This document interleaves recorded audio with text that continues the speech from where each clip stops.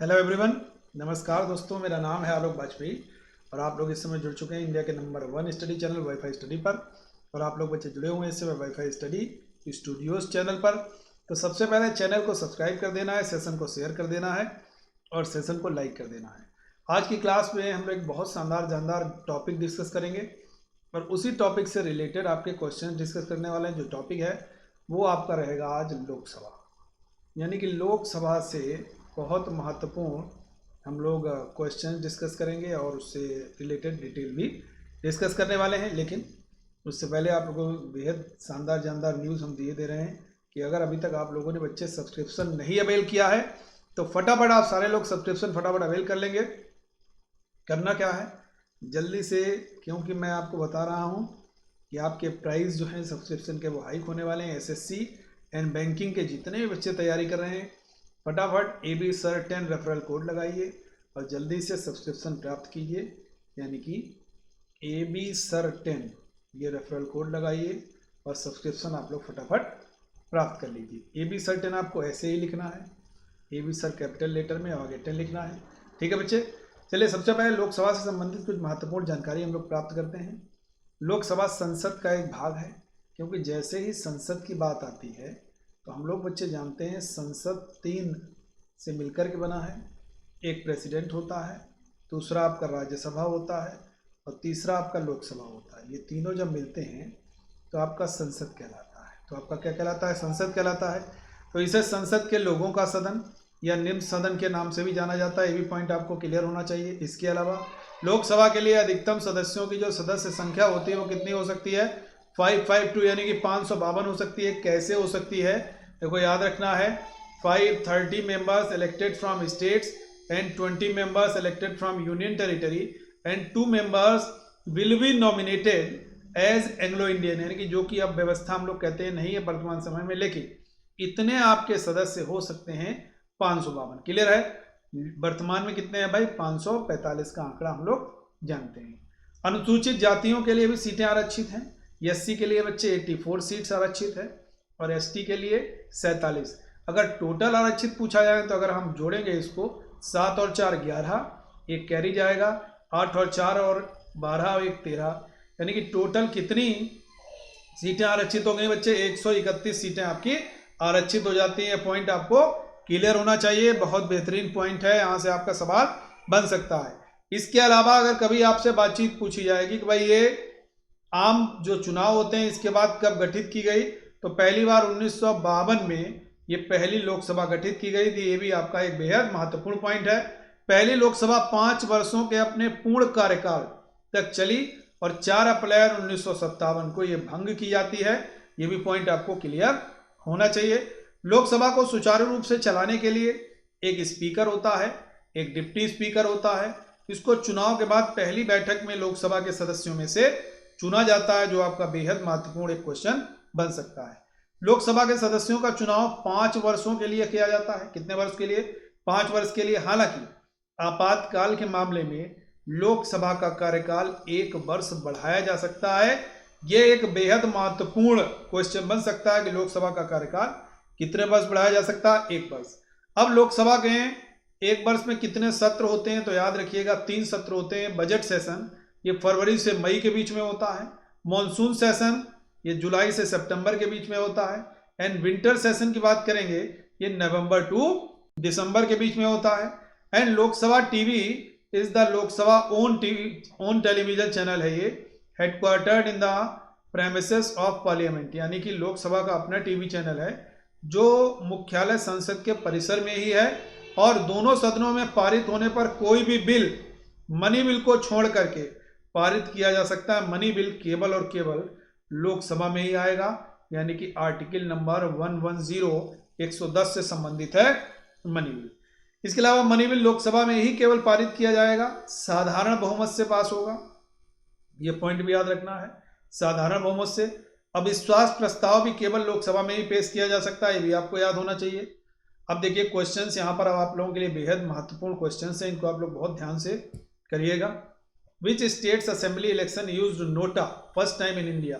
भारत में पहली बार किस राज्य के विधानसभा चुनाव में नोटा का प्रयोग किया गया? छत्तीसगढ़, मिजोरम, मध्य प्रदेश, या सभी? फटाफट आंसर करोगे, करेक्ट आंसर क्या होगा भाई?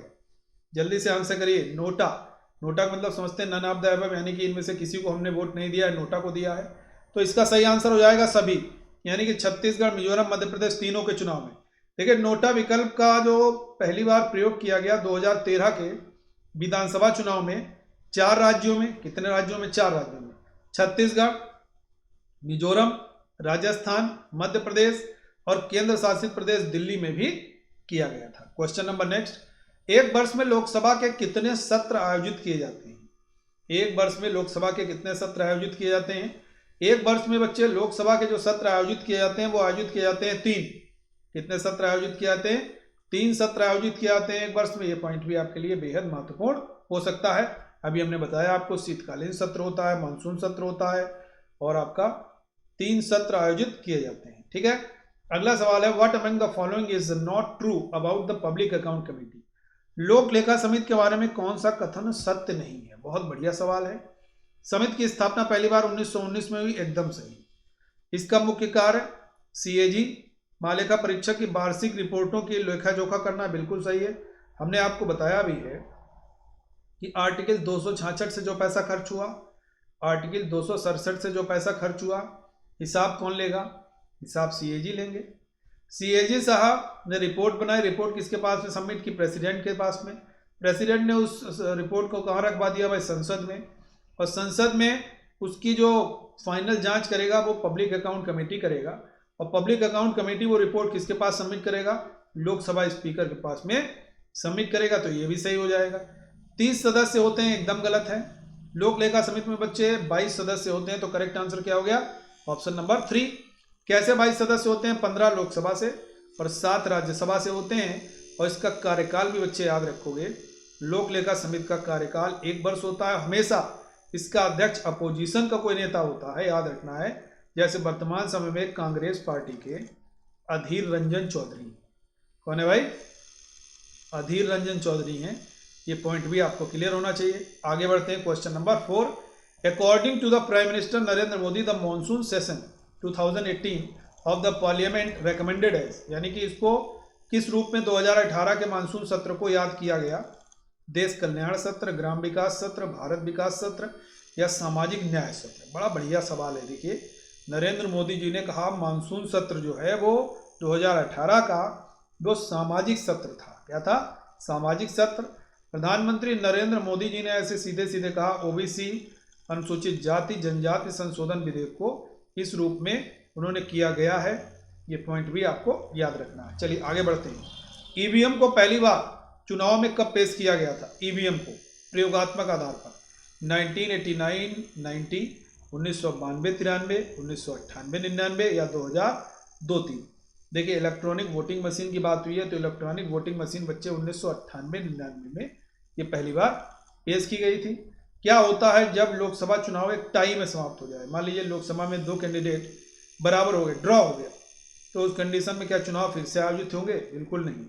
क्या राष्ट्रपति विजेता घोषित करेगा? बिल्कुल नहीं। क्या निर्वाचन अधिकारी निर्णायक मत देता? बिल्कुल नहीं। विजेता का फैसला एक लॉटरी सिस्टम के माध्यम से होगा। ये होता है टाई होने पर। राज्यों से लोकसभा में राज्यों की जो सदस्यों की संख्या है वो कितनी है लोकसभा में? अभी हमने आपको बताया 530, 20 and 2 is equal to 552 can be maximum member. 530 elected from state and 20 member elected from union territory. The answer will be, state से पूछा है, आंसर विल बी 530। क्लियर है ना? चलिए आगे बढ़ते हैं। इसका आंसर हो गया 530। Question number next, what can be the maximum interval between the 2 sessions of Lok Sabha? Lok Sabha के 2 सत्रों के बीच में अधिकतम अंतराल क्या हो सकता है? 60 डेज, 90 डेज, 180 डेज या 270 डेज? फटाफट आंसर करोगे, करेक्ट आंसर क्या होगा भाई? जल्दी से बच्चे आंसर करिए। इसका सही उत्तर बच्चे क्या होना चाहिए? लोकसभा के 2 सत्रों के बीच में अधिकतम अंतराल जो है वो क्या हो सकता है? देखो भैया, जो अधिकतम अंतराल है ना, वो अधिकतम अंतराल बच्चे जो हो सकता है वो 6 महीने का होता है। लेकिन यहाँ पर कहीं भी 6 महीने नहीं दिए गए थे तो हमको डेज में बताना पड़ेगा। और 180 डेज 60 दिन जो होता है ना, वो कोई भी लोकसभा का सदस्य अगर लगातार 60 दिन तक एब्सेंट रहता है तो उसकी सदस्यता समाप्त हो जाएगी। लेकिन ये 60 दिन कैसे काउंट होंगे? जब जब सदन चलेगा, मान लीजिए आज चला, आज के बाद फिर चला 15 दिन बाद, तो ये 2 ही दिन काउंट होंगे। इस तरीके से ये 60 दिन इंपॉर्टेंट है भाई इसमें। ठीक है भाई, चलिए आगे बढ़ते हैं। Question number next, bill of which of the following categories can be initiated only in Lok Sabha? किस श्रेणी का बिल केवल लोकसभा में शुरू किया जा सकता है? Constitutional amendment bill, article number 368, it is not the answer. निजी सदस्यों के bill, it is not the answer. Ordinary bill, it is not the answer. Only money bill, article number 110, can be proposed in Lok Sabha only, not in Rajya Sabha. Rajya Sabha के पास में केवल सिफारिश करने की अधिकारिता है। No power, no right has Rajya Sabha about the money bill. Money bill article number 110 में है, बट प्रोसीजर, अगर प्रोसीजर की बात करेंगे तो प्रोसीजर बच्चे 109 में है, पहली चीज। अब अगर सवाल आपसे ये पूछा जाएगा ये मनी बिल किसकी संस्तुति से लोकसभा में पेश किया जाएगा, then the answer will be president. ठीक है भाई, ये भी आपको क्लियर होना चाहिए। सभी को समझ में आ गया? अब संविधान संशोधन प्रक्रिया अगर कभी पूछा जाए कहां से ली गई, तो बच्चे ये साउथ अफ्रीका के कॉन्स्टिट्यूशन से ली गई है। क्वेश्चन नंबर नेक्स्ट की तरफ बढ़ते हैं हम लोग। संसद का एक गैर सदस्य अधिकतम अवधि के लिए मंत्री हो सकता है। कितनी अवधि के लिए मंत्री हो सकता है? अगर वो गैर सदस्य है तो याद रखना है, क्या वो लोकसभा अध्यक्ष द्वारा निर्धारित है, या वो 3 महीने, 6 महीने या 12 महीने, याद रखना है। मान लीजिए मोदी जी ने किसी अपने मित्र को, बहुत पुराने संघर्ष के साथी थे, उनको मंत्री बना दिया। उन्होंने कहा भैया हम कुछ बनाओ, तो उनका मंत्री बना देते हैं आपको। लेकिन ये जो मंत्री बना दिया, ये मंत्री 6 महीने तक ही रहेंगे। 6 महीने के अंदर या तो इनको लोकसभा की या राज्यसभा की सदस्यता लेनी पड़ेगी। अगर सदस्यता नहीं ली है तो उनका मंत्री पद स्वतः ही समाप्त हो जाएगा। तो यानी कि मंत्री वही हो सकता है जो 6 महीने के अंदर किसी भी सदन का सदस्य बन जाएगा, तभी वो मंत्री पद लगातार चलता रहेगा। इसलिए गैर सदस्य अधिकतम 6 महीने तक ही मंत्री बन सकता है। क्लियर हुआ भाई? चलिए आगे बढ़ते हैं। आपातकाल की घोषणा के दौरान लोकसभा का कार्यकाल कब तक बढ़ाया जा सकता है? मैंने अभी आपको बताया था 1 वर्ष बढ़ाया जा सकता है। कितना? 1 वर्ष, नॉट 6 मंथ। 6 मंथ तो हम लोगों का उपचुनाव होते हैं ना भाई, कोई मान लीजिए प्रत्याशी की मृत्यु हो गई, वहाँ पर सीट खाली हो गई, कोई भी MP MLA था, तो 6 महीने के अंदर चुनाव होंगे। राष्ट्रपति ये नहीं है, मान लीजिए राष्ट्रपति 6 महीने के अंदर राष्ट्रपति चुनाव हो जाएंगे, तब तक 6 महीने तक उपराष्ट्रपति रहेगा। लेकिन अमेरिका में भी हमने देखा कि भाई ऐसा नहीं है, 4 साल राष्ट्रपति का कार्यकाल है, तो 4 साल, मान लीजिए 4 साल बना कोई, 1 साल बाद उसकी मृत्यु हो गई, तो बचे हुए 3 साल जो हैं ये रहेगा कौन? Vice president. ये ऐसा नहीं 6 महीने के अंदर फिर से इलेक्शन होंगे। वहाँ इलेक्शन रोज रोज नहीं होते अमेरिका में, एक ही डे है, उसी दिन सारे इलेक्शन होंगे। उसी दिन आपके गवर्नर, लेफ्टिनेंट गवर्नर के भी इलेक्शन हो जाएंगे, उसी दिन आपके राष्ट्रपति उपराष्ट्रपति के भी इलेक्शन हो जाएंगे, सब इलेक्शन उसी दिन हो जाएंगे, इलेक्शन डे वाले। ठीक है भाई, आगे बढ़ते हैं। यदि लोकसभा समय से पहले भंग ना की जाए तो लोकसभा का कार्यकाल अपनी पहली बैठक से लेकर अगले 5 वर्ष तक होता है, उसके बाद यह स्वतः भंग हो जाती है।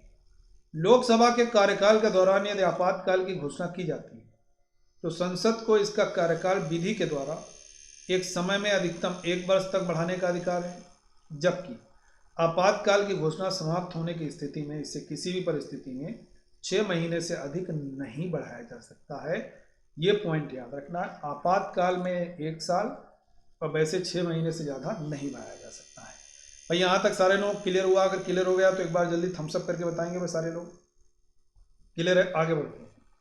लोकसभा का सदस्य अपनी सदस्य संसद की सदस्यता खो देगा यदि वह लगातार कितने दिन तक एब्सेंट रहे? अभी हमने बताया था आपको 60 दिन। ठीक है भाई, याद रहेगा। तो कैसे काउंट होंगे? जब जब सदन चलेगा तब तक काउंट होंगे। अगला सवाल है, भारतीय संविधान के अनुसार लोकसभा में केंद्र शासित प्रदेशों द्वारा कितने सदस्यों का प्रतिनिधित्व किया जाता है? 18, 20, 22, 24। फटाफट आंसर करिए, कितने सदस्यों का प्रतिनिधित्व किया जाता है? बहुत महत्वपूर्ण है, देखिए बहुत महत्वपूर्ण है। 18, 20, 22 या 24? अगर ये पूछा जाएगा तो करेक्ट आंसर क्या हो जाएगा? 20। हमने अभी आपको बताया था 530 + 20 + 2, यही बचा है भाई। सही आंसर क्या हो जाएगा? 20 हो गया। अगला सवाल, केंद्रीय बजट हमेशा किस सदन में पेश किया जाएगा? देखो बजट की बात आई है तो बजट हम लोग कह देते हैं भाई आर्टिकल नंबर 112 में है, by the name of annual financial statement, not by the name of budget. इतनी बात क्लियर हो गई, ठीक है। अब ये जो बजट है ये हमेशा जो है आपका लोकसभा में प्रस्तुत होगा, याद रखना है आपको ये, ठीक है। चलिए आगे बढ़ते हैं। भारत के केंद्रीय बजट को संविधान के अनुच्छेद 112 में वार्षिक वित्तीय विवरण के रूप में जाना जाता है। केंद्रीय बजट हमेशा पहले लोकसभा में ही प्रस्तुत किया जाता है। अगला सवाल है, the council of ministers of Indian union is collectively responsible to the, यानी कि भारतीय संघ के मंत्री सामूहिक रूप से किसके प्रति जिम्मेदार हैं? राष्ट्रपति, प्रधानमंत्री, राज्यसभा या लोकसभा? अगर ऐसा सवाल पूछा जाए तो आप लोग इजीली बता सकते हो भाई कि ये जो प्रश्न का उत्तर हो जाएगा ये हो जाएगा आपका लोकसभा। क्या हो जाएगा? लोकसभा आपके प्रश्न का उत्तर हो जाएगा, ये आपको याद रखना है। क्लियर है भाई? चलिए आगे बढ़ते हैं। अनुच्छेद 75(3) के अनुसार मंत्रिपरिषद लोकसभा के प्रति सामूहिक रूप से उत्तरदायी होती है। मंत्रिपरिषद की यह संवैधानिक बाध्यता है कि संसद के निर्वाचित सदन का विश्वास खोते ही शीघ्र पद त्याग कर दे। यह सामूहिक उत्तरदायित्व तो लोकसभा के प्रति है, चाहे वह मंत्री राज्यसभा से भी हो। आर्टिकल नंबर 75 के 2 पार्ट में कहा गया है कि मंत्री राष्ट्रपति के प्रसाद पर्यंत अपना पद धारण करेंगे। क्वेश्चन नंबर नेक्स्ट है, the allocation of seats in the present Lok Sabha is based on which one of the following senses? The answer will B 1971। Clear है? ठीक है भाई।